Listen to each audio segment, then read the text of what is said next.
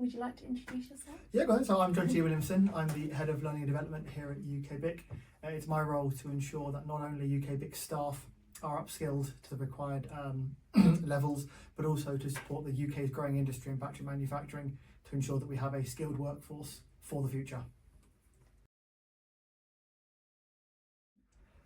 To me, upskilling is probably the most paramount thing in battery manufacturing.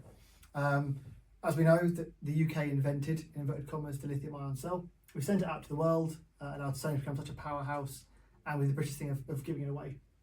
We didn't really invest in the skills required to manufacture, and that is unfortunately to our discredit at the moment. The basic thing for me is if there's no skills, there's no workers. If there's no workers, there's no product. We're always a leading mind, the UK, in actually developing things. Not very good at manufacturing them, unfortunately. We've got a very important manufacturing industry, one of the largest in the world. So for me, to upskill our individuals to ensure that the work either comes to or stays in the UK is absolutely paramount for the UK economy.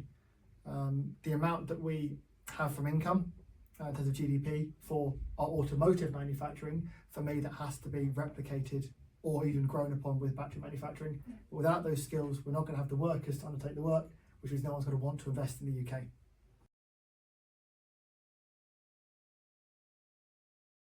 So, current upskilling, we recently signed off on the battery manufacturing apprenticeship designed by UKBIC and other partners, including WMG, Alexander Batteries and a few others that were invested in the space to ensure that we have our upskilling. So that is live. I think there are probably only two places that can do it at the moment. Somewhere up north to support AESC and somewhere down south to support Agritas, probably Bridgewater and Taunton College down there. However, we have just got the green light on the West Midlands Investment Zone, just behind us here at UKBIC, that is earmarked for a battery manufacturing site. So hopefully we'll have some colleges delivering that, supported by UKBIC in the future, to support sort of the apprenticeship route through.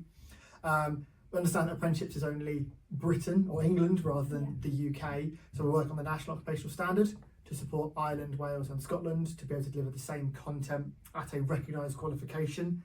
The ESN, the Electrification Skills Network, of which UKBIC is a founding member, along with WMG at Ingenuity and Coventry University, is aligned for all electrification skills to provide a pathway career development for anyone wishing to work in electrification, which obviously includes battery manufacturing. From a personal point here at UKBIC, we have an introductory course that is Introduction to Battery Manufacturing. That is designed to give anyone from total newbies to know what they're doing a full guided tour and education around the processes currently being undertaken to create a battery, whether that be at small scale or at a large manufacturing scale. So again, the end designed for anyone wishing to work in the industry, those who already work in the industry want to improve their knowledge, more holistic knowledge, investors, people who are looking to sell into the industry, people looking at allied industry or adjacent industries, feeding into or out of it. So it's designed as a wonderfully holistic course to give anyone the required information they want for battery manufacturing. We're also going to be launching soon the introduction to BMS, so battery management systems. It's something we've seen that a lot of places do and want to understand why it's being done, but don't really understand what a battery management system does for a vehicle. Important to note that obviously UKBIC and any battery manufacturers are going to be industry agnostic. So automotive is our focus because we're in the West Midlands and it is a large part of British manufacturing. There's nothing stopping us from working with anyone from any other industries, whether it be rail, maritime, space, anything we fancy there. We're also looking at launching hazardous voltage level 1 and level 2, with cells becoming more out there and with a lot of misinformation spread about how dangerous cells are. We are working on this introductory course, level 1, about the awareness of what happens to a cell when it's put inside a module on a pack and how to deal with high voltage. So all the sort of normal basic things to make sure people are safe around it. Level 2 is looking at them working with them. A lot of people, obviously, especially MOT garages, that are now starting to undertake MOT work for vehicles that they haven't been properly trained on, inverted commas. The IMI does some great courses on there, but we're sort of focusing on the battery manufacturing side of how do you properly handle and act around hazardous voltage cells. So there are three main projects, as it were, around the UK currently looking at this, all sponsored by or funded by the Friday Institution. Obviously here at UK BIC, we've got the world's only open access for companies manufacturing line, and the only manufacturing line currently in the UK that does the entire process, from electrode through to cell assembly to FAT and to module and pack. So we're here with an industrial scale line where we can train people line side of what it's like to actually work inside a gigafactory.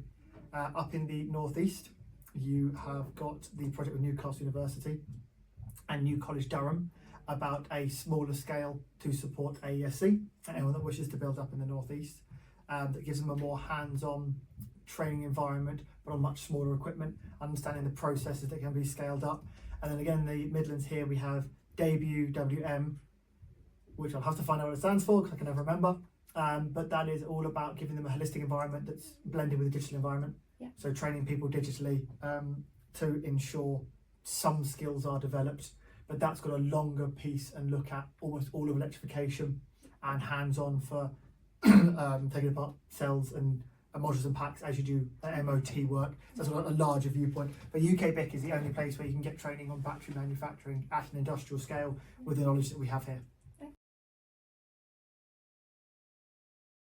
So definitely it's finding suppliers. Yeah. Obviously battery manufacturing, it's a new world, and a large portion of our equipment is not manufactured for battery manufacturing. We've taken it from other industries and used it for our own purposes. So finding someone that's got a one-stop shop where you can turn up and say, I'd like to buy all this equipment, here's what I'd like to use it for, is something really that most people are looking for. Yeah. Knowing the equipment to buy as well, a lot of people, especially investors, their focus is money. Nothing wrong with that, money makes the world go round and all that, but they don't know what equipment they're looking for. So a lot of their time is spent finding people that tell them what equipment they're looking for them to then go and source it. So for some third party to come up and in essence, as PI-KEM do, go, these are what you need to do, these are the processes, here's the equipment does, just removes that added barrier as almost that introduction to the valley of death towards moving to industrialisation. Third parties obviously bring the expertise of their materials and their equipment. So ensuring that you've got someone who can talk about compatibility, especially looking at the amounts of PLCs that are out there, the equipment, and again, with it not being from one supplier like other industries, having to mix and match equipment, but all make sure it converses and talks to each other, the safety's in there, your MES data is being captured, all those sorts of things. So in essence, to be able to pass that off to someone who is an expert in that one, absolutely fantastic. Looking at those equipment flow charts again, as we said beforehand, being able to know what equipment comes where, what you need to do, how you need to feed into it. But a large portion of it is going to be expertise from someone who knows the equipment, knows what it can and can't be used for. So you've got the limitations, so you're not going to go buy bits of equipment that aren't going to be useful for you. It's having that conversation with a third party of almost a sense check of, I want to do this, this is what I think, can you confirm? So buying directly, the leading suppliers that we know are Chinese, they're Southeast Asia. Brilliant bunch of people to work with, but unfortunately, because of the industry standards across the world, it's very difficult to get a British standard piece of machinery that has been kite marked, etc., not from a company that is used to selling in Britain. And we've seen that around the world, sort of America and most of Europe, is you're buying equipment that is also not written in your native tongue. So if any PLC work needs to be done on Chinese PLC, you need to find someone who speaks Chinese. They don't always play very well with other bits of PLC. So Allen Bradley, Samsung, Mitsubishi, getting them to communicate with each other involves having to link potentially different languages, both from a PLC point of view, but also from a actual human language point of view, is very difficult and involves a lot of work.